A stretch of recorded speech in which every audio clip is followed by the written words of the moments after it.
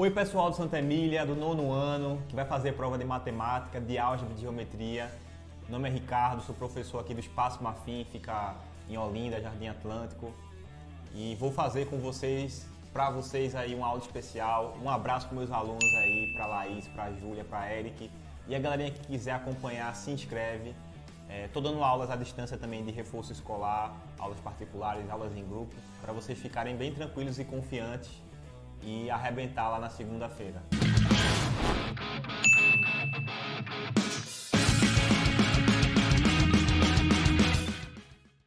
E eu queria começar falando um pouquinho sobre circunferência e círculo, para ninguém começar já confundindo as coisas, tá? Existe uma diferença sim entre circunferência e círculo, não é a mesma coisa. A circunferência a gente considera que é só essa borda aqui, ó. Tô mostrando aqui com o mouse, tá? E isso aqui é chamado de circunferência. Já o círculo é toda a região, tá? Não só a borda, toda a região que envolve essa figura circular aqui. Então o círculo é toda a região e a circunferência é a borda. Ok, dito isso, vamos continuar, porque a circunferência pode ser estudada e os ângulos da circunferência também. Afinal, ângulos é um assunto muito importante para, por exemplo, andar de skate. Andar de skate? Como assim andar de skate? Realmente andar de skate envolve sim um pouquinho de ângulo, tá? Para você que não sabe, a gente pode fazer um 180, um 720, um 360 e até um 1080. E teve até um cara que inventou de fazer o primeiro 1260 da história. Mitch Brusco, de 22 anos, marcou seu nome na história. De acordo com a reportagem do Globo Esporte, esse cara conseguiu aí a façanha de fazer 4 rotações completas no ar. É mole? Então, pessoal, a gente tem aqui 4 situações que, se você aprender, vai fazer uma boa prova. Só praticar um pouquinho antes, tá bom?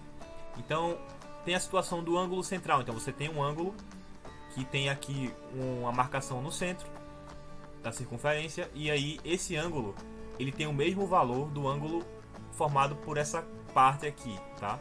Então, eles são ângulos que a gente chama de congruentes. Vocabulário, ângulos congruentes são ângulos iguais. Se eu tenho aqui um valor de x, o valor do ângulo formado aqui por esse arco também vai ser x. Os valores são congruentes iguais. Então, por exemplo, se eu tiver um ângulo aqui de 80 graus, aqui também vou ter um ângulo de 80 graus. Ângulo inscrito. O ângulo inscrito, observa bem como é que eu vou formar ele.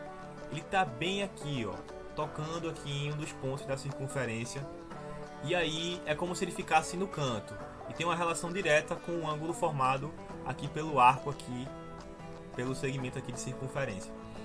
Bem, enquanto aqui a gente tem o valor de x, aqui é o dobro, então aqui é 2x. Então, sempre que a gente tem essa situação, aqui é o dobro. Ou seja, se eu tiver um ângulo de 40 graus aqui, aqui eu vou ter um ângulo de 80 graus. Tá bom? Aqui tem as duas últimas situações para a gente fazer. É bem tranquilo também. Observa bem que aqui eu tenho um ângulo, eu vou chamar ele de x, tá? E você vai ter esse ângulo e você vai ter como calcular esse pedaço de ângulo aqui da parte externa, tá? Então aqui é o ângulo y e aqui eu vou ter um ângulo chamado de z, por exemplo, tá? Então tendo esses dados aqui, a gente consegue fazer sim a conta. Qual é a conta? X, que é esse ângulo do meio aqui, ele vai ser justamente a soma dos ângulos que tem aqui externamente, dividido por 2. Então, a gente pode falar que x é a média desses ângulos aqui. Se eu colocar um valor, por exemplo, de 60 graus para y e de 80 graus para z, simplesmente coloca na fórmula, vai ficar x igual a 60 mais 80 dividido por 2. E aqui eu vou ter que x igual a 140 dividido por 2, que é 70, ok? Numa última situação aqui, eu tenho a única situação onde o ângulo está fora da circunferência. Então é super fácil, né, pessoal, de identificar. Bem fácil de identificar, né? Você vai fazer o seguinte, preste atenção. Você vai ter um ângulo x aqui e o que vai lhe importar para fazer essa conta é esse ângulo aqui, que eu vou chamar de y aqui, e esse ângulo aqui que eu vou chamar de z, tá? Bem, esse último caso é a diferença. Então eu vou ter que x vai ser igual a z menos y dividido por 2. Então, se eu colocar aqui valores, vou colocar aqui o valor de 120 para z e de 30 para y, eu vou ter que x é igual a 120 menos 30 dividido por 2. Então eu vou ter que o valor de x é 45 graus. Bem, para o exercício, eu sei que quando você olha para a figura você fica um pouco assustado porque é um pouco diferentão, mas se você pensar direitinho, essas questões são simplesmente usar tudo que a gente aprendeu no passado. Então a gente vai fazendo aos poucos e um problema que parece muito estranho, muito difícil, ele vai ficando fácil, tá? Na figura A, B, C e D são pontos da circunferência de centro O, sendo AB um diâmetro. Essa informação, sendo AB um diâmetro, ela é importantíssima.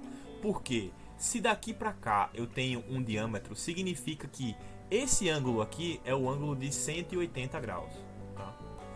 Conhecidas as medidas angulares dos arcos AC e BD, conforme indicado na figura, determine em graus a soma alfa mais beta mais gama. Então ele quer esse ângulo aqui e esse ângulo aqui.